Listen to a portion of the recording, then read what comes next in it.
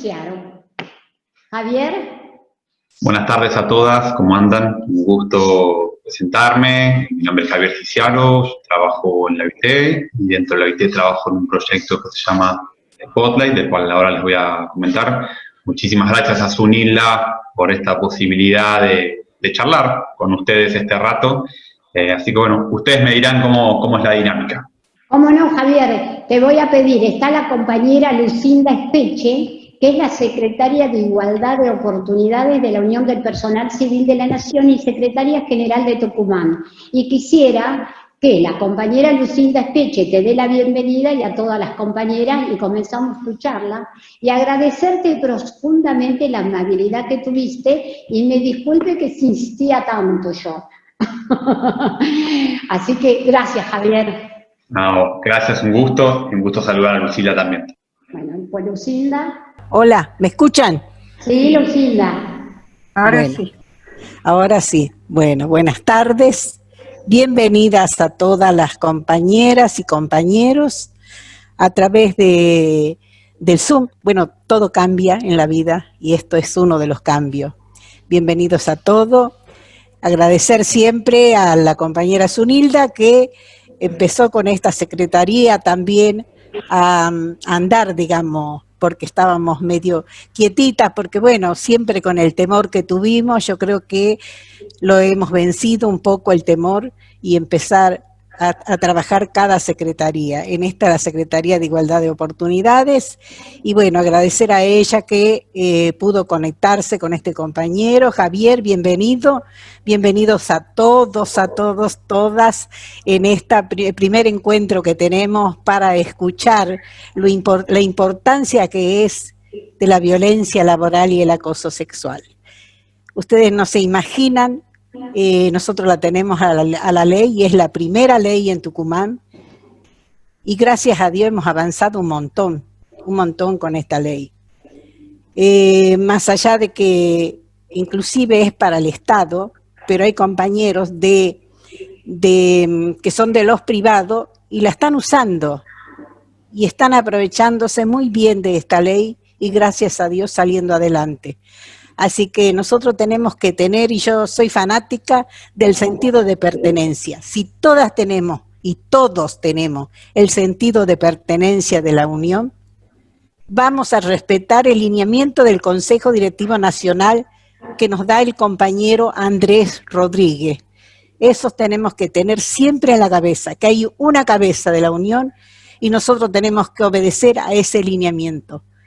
Aquella vez cuando por primera vez empezaba a hablar en UPCN, ¿sí? Y nos dieron el lineamiento que había que buscar algo, una ley, algo para defender las violencias que se venían. Y bueno, y lo hicimos, ponemos ahí nomás, decir, bueno, vayan a hacer esto, vamos a ver si conseguimos, y tenemos que conseguirla si todos nos ponemos. Y decimos, acá hay un sentido de pertenencia, vengo como UPCN, tiene que darse porque esta violencia se está dando en todas partes o se va a dar en todas partes.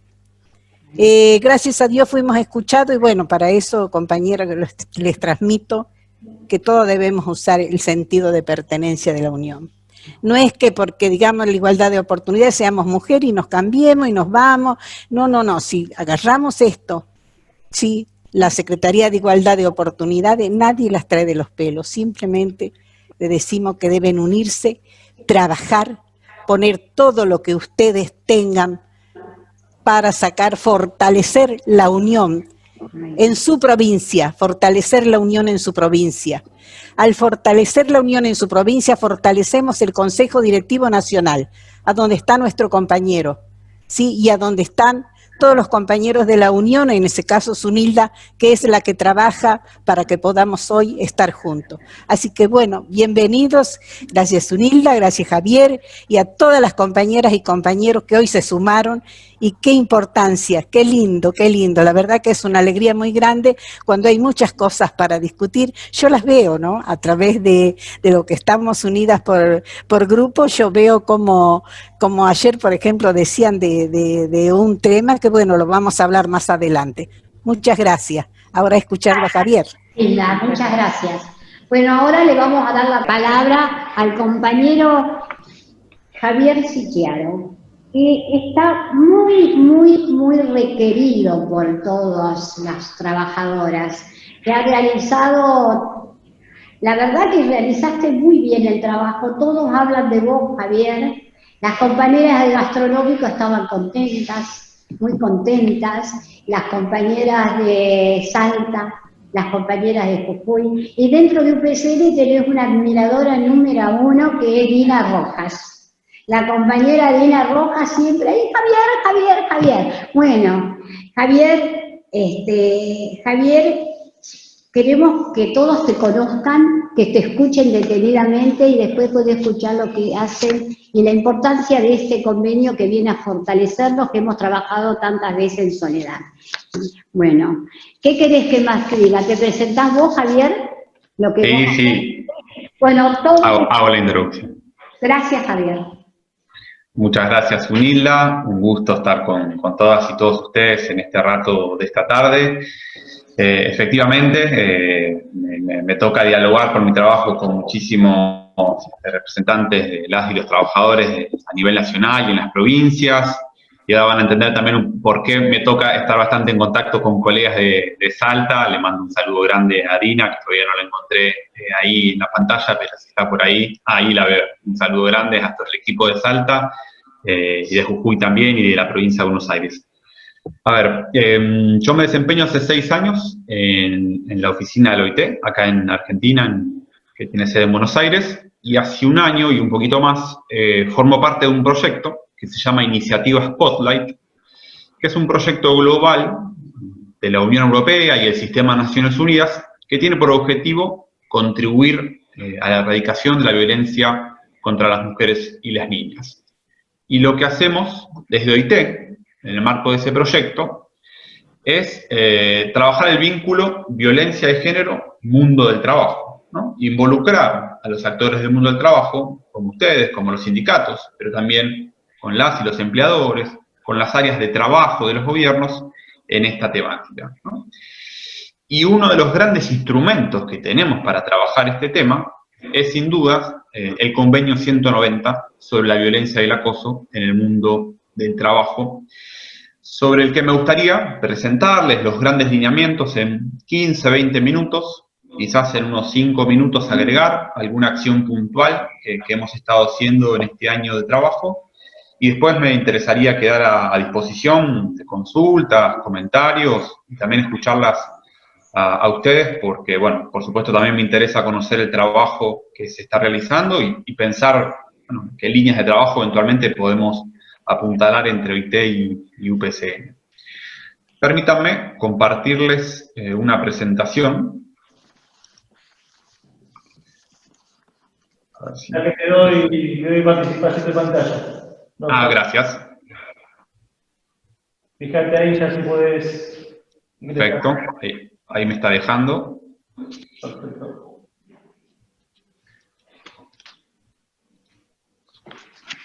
Siempre tarda unos segundos en cargarse, me avisan si se ve bien. Ya está. ¿Se ve bien? Perfecto. Buenísimo. Les decía que el 21 de junio del 2019 se aprobó este convenio 190 y esta recomendación 206 sobre la violencia y el acoso en el mundo del trabajo.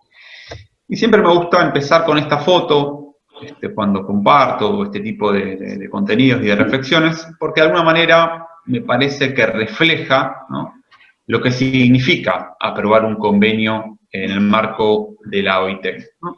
Esta foto que ustedes están viendo acá es del momento, mejor dicho, en que se aprobaron estas dos normas internacionales, ¿no?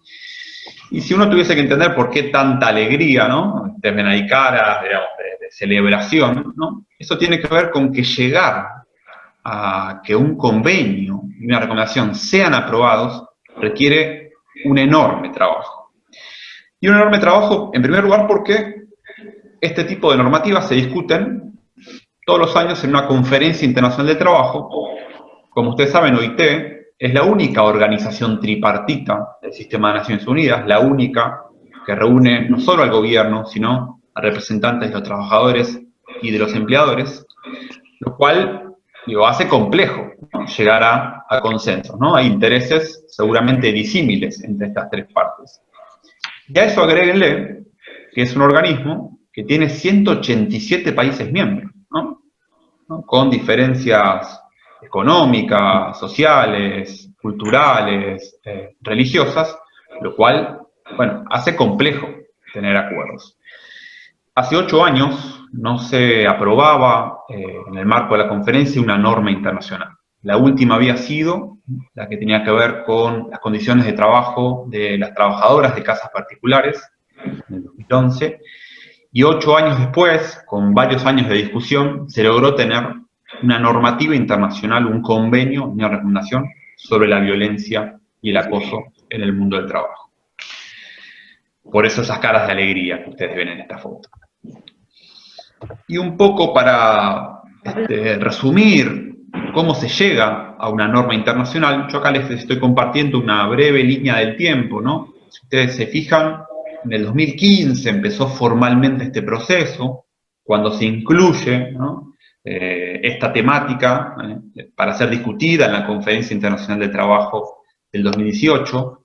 Luego se suceden unos informes que tienen nombre de blanco, amarillo, marrón, que no son otra cosa que los intercambios que la oficina de la OIT va teniendo con sus mandantes tripartitos a nivel nacional, donde va consultando, ¿no?, los conceptos, los sujetos que van a ser, que deberían ser contemplados en la legislación, las medidas, ¿no?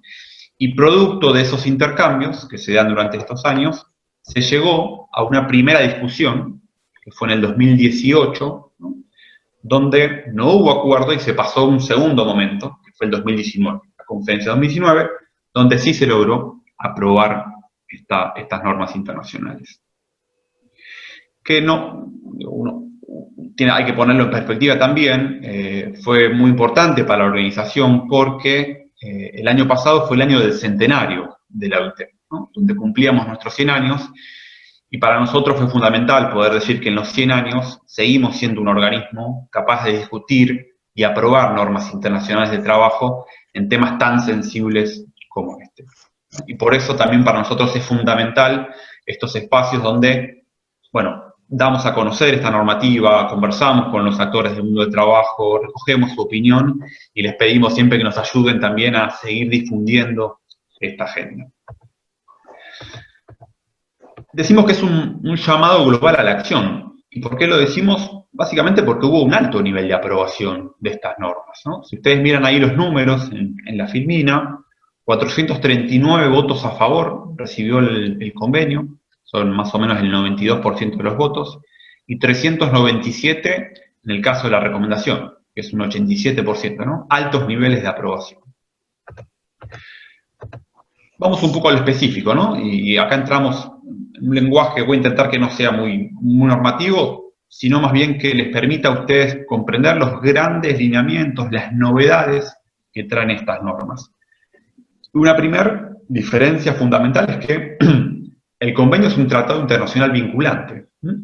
Eso significa que aquellos países que lo ratifiquen van a tener que dar cumplimiento a lo que ahí se dice. Mientras que la recomendación no es vinculante, sino que proporciona orientación sobre la implementación del convenio. Es más bien lo que podemos interpretar como una hoja de ruta, ¿no?, para implementar el convenio. Y vamos un poco a por qué se consideró que era necesario tener una norma internacional sobre violencia y acoso en el mundo del trabajo. Y les comparto 5 grandes argumentos que quedaron plasmados en el convenio.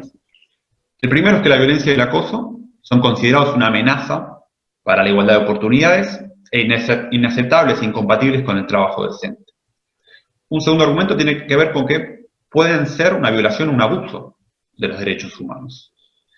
Afectan a la salud, a la dignidad y al entorno familiar y social de las personas. Pueden impedir que todas las personas, pero en particular las mujeres, accedan, permanezcan o progresen en el mercado de trabajo, y son incompatibles con la promoción de empresas sostenibles, afectan a las relaciones en el lugar de trabajo, la reputación y la productividad en las empresas, ¿no?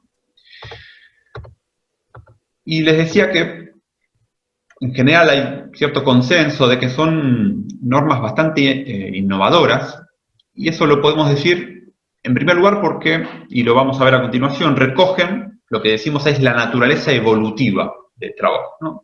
Son normas que que incorporan los altos niveles de informalidad, ¿no? Y reconocen que hay altos niveles de informalidad, reconocen que las relaciones de empleo han ido cambiando con las décadas y por ende que debemos recurrir a otros instrumentos también para abordarlas. Y también consideramos que son innovadoras y prospectivas porque miran los elementos subyacentes de la violencia y el acoso. ¿Cuáles son los principios fundamentales que están detrás de esta normativa, tanto del convenio como de la recomendación? En primer lugar, la necesidad de respetar, promover y asegurar el derecho de toda persona a un mundo de trabajo libre de violencia y acoso. Y este derecho, que parece obvio, hasta ahora no había sido recogido como tal en una normativa internacional. Es la primera vez que aparece plasmado como tal. En segundo lugar, hay un llamado a que se adopte un enfoque inclusivo, integrado y que tenga en cuenta consideraciones de género. Sobre esto me voy a detener ahora a continuación. Hay un reconocimiento de que empleadores, trabajadores y gobiernos, por supuesto, no tienen las mismas responsabilidades. Todos están llamados a implementar acciones y medidas al respecto, pero se reconoce que tienen una naturaleza y un alcance en sus responsabilidades diferentes. Un cuarto principio tiene que ver con el de respetar, promover y llevar a cabo los principios fundamentales en el trabajo y fomentar el trabajo decente. Y un quinto principio es el de garantizar el derecho a la igualdad y a la no discriminación y que se incluya a los trabajadores, así como a todos aquellos grupos vulnerables que estén particularmente afectados, ¿no?, por situaciones de violencia y acoso. Y vamos un segundo a esto que les comentaba recién, que es esto de enfoque inclusivo, integrado y que tiene en cuenta consideraciones de género. Inclusivo porque son normas que llaman a proteger a todos los sectores, trabajadores del sector formal e informal, de áreas urbanas y rurales, y agrego, en el sector público y privado. Integrado porque hay un llamado a integrar la violencia, a tratar la violencia y el acoso, no solo en la legislación sobre el trabajo y el empleo, pero sino también en mirar las políticas de seguridad y salud en el trabajo, la igualdad y la no discriminación, e incluso mirar si es del derecho penal, no podemos también hacer algo al respecto. Y hay un llamado a considerar la mirada de género al abordar la discriminación, el abuso de las relaciones de poder y las normas de género que fomentan la violencia y el acoso. Y vamos un poco a las definiciones, ¿no? Por primera vez logramos tener una definición global sobre lo que significa hablar de violencia y acoso, algo que hasta ahora había una enorme heterogeneidad y que va a generar, o debería generar, cambios en legislación, en protocolos, muchas normativas o políticas que existían que tienen definiciones en general mucho más acotadas. Hablamos de violencia y acoso como un conjunto de comportamientos y prácticas inaceptables o de amenazas de tales comportamientos y prácticas que se manifiesten una sola vez o de manera repetida y tengan por objeto causar o sean susceptibles de causar un daño físico, psicológico, sexual, económico e incluyen la violencia y el acoso por razón de género. Y se acordó en la conferencia que a nivel nacional estos conceptos pueden ir juntos o pueden ir separados. Ahí no sé si hay algún colega con el micrófono prendido, que creo que lo escucho de fondo. También, señora. O sea que somos dos. Bueno, no sé si lo pueden silenciar, si no interrumpe, sigo compartiendo con ustedes. Acto seguido, el convenio define lo que es la violencia y el acoso por razón de género, en esto de jerarquizar la perspectiva de género, y la define como aquella violencia y acoso que van dirigidos contra las personas por razón de su sexo o género, o que afectan de manera desproporcionada a personas de un sexo o género determinado e incluye el acoso sexual. Y ahí hay dos asteriscos que plantea. El primero es tener en cuenta que cuando hablamos de violencia por razón de género, ahí, digamos, se afecta de manera particular a las mujeres y a las niñas. Y segundo, este llamado a abordar causas subyacentes, ¿no? Y los factores de riesgo que están detrás de la violencia y el acoso por razón de género. Entonces tenemos por primera vez dos definiciones, ¿no?, acordadas a nivel global sobre lo que son la violencia y el acoso en el mundo del trabajo y la violencia y el acoso por razón de género. Y acá viene lo que también considero que quizás refleja esta innovación de estas normas internacionales, que tiene que ver con cuáles son las y los trabajadores cubiertos por esta normativa.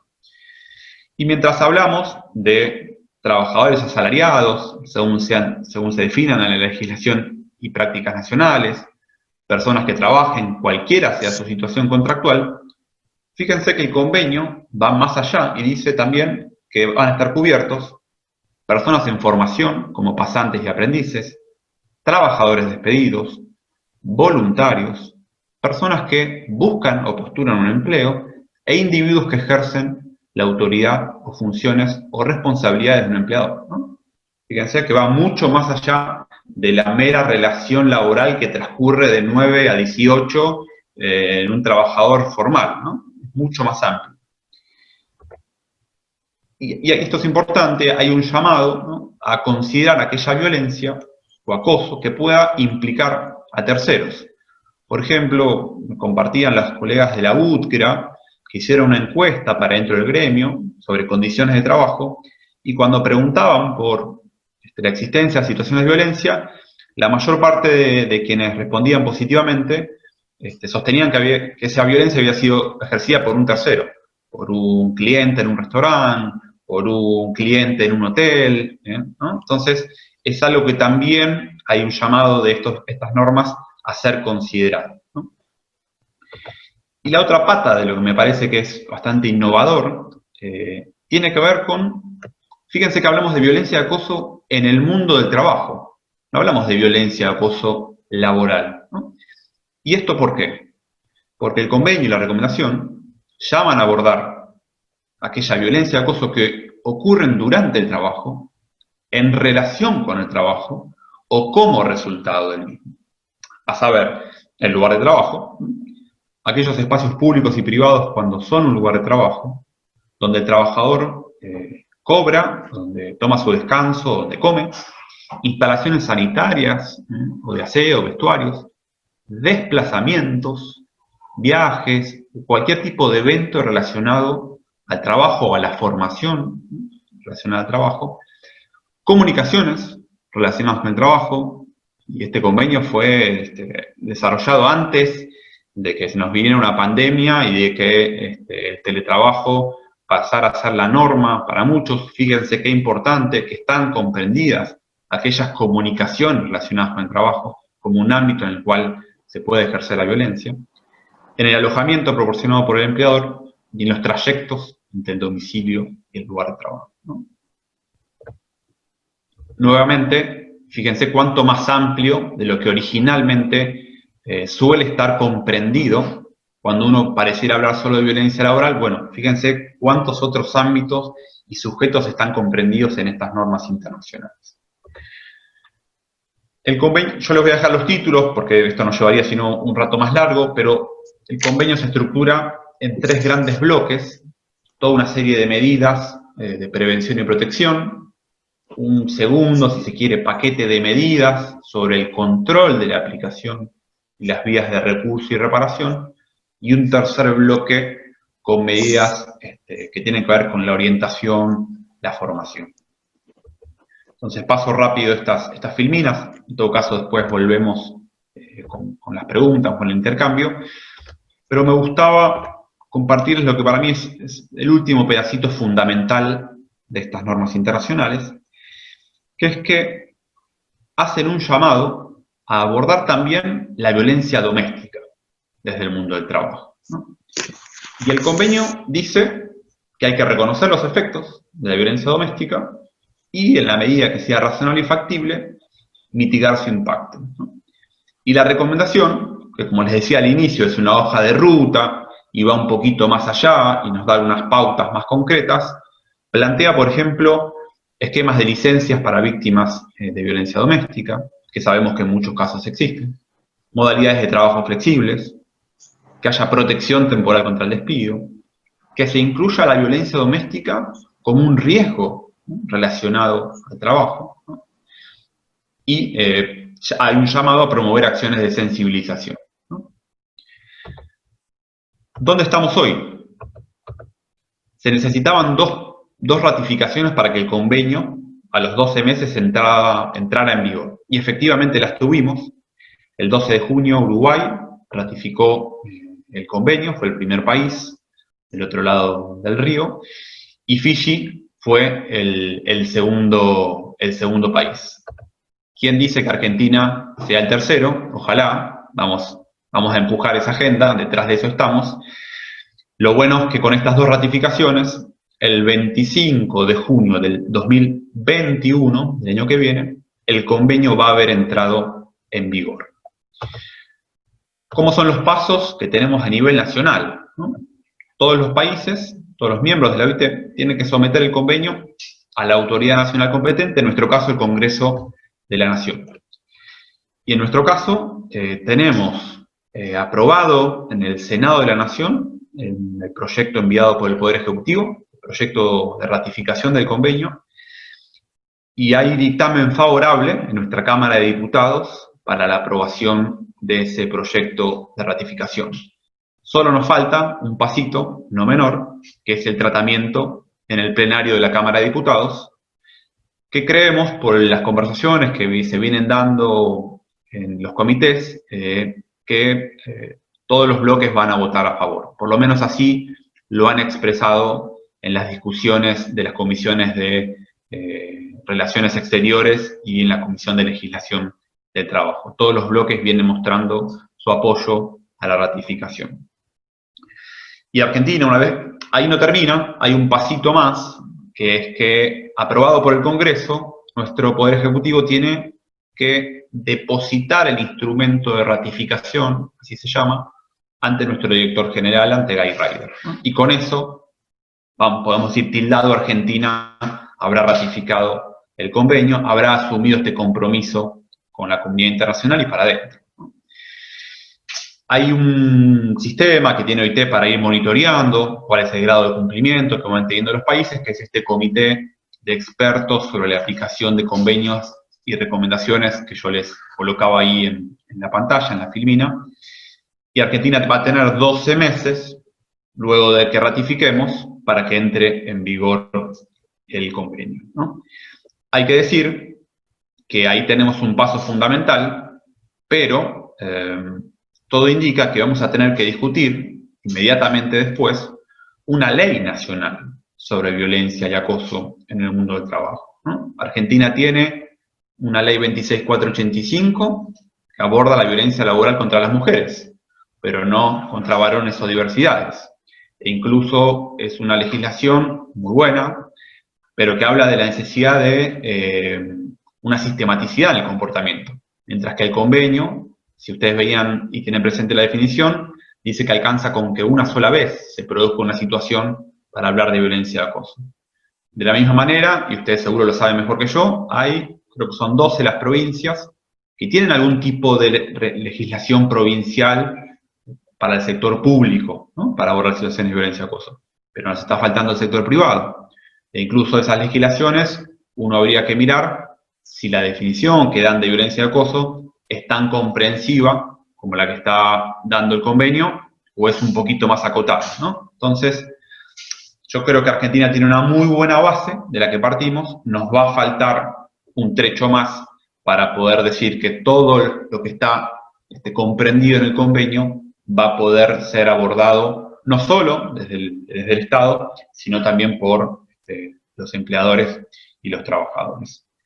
Solo para cerrar, les dejo, bueno, hay una reflexión que a mí me importa en este contexto donde todos estamos preocupados quizás por situaciones económicas y sociales, y por la salud. Parecería ser que esta no es una agenda prioritaria, ¿no? Siento, ¿no? Quizás el convenio dejémoslo para más adelante, Y ahí hay un documento que se elaboró desde nuestra sede en Ginebra, que de alguna manera muestra que en este particular contexto de pandemia están ocurriendo una cantidad de situaciones que justamente hacen relevante que los países ratifiquen el convenio 190.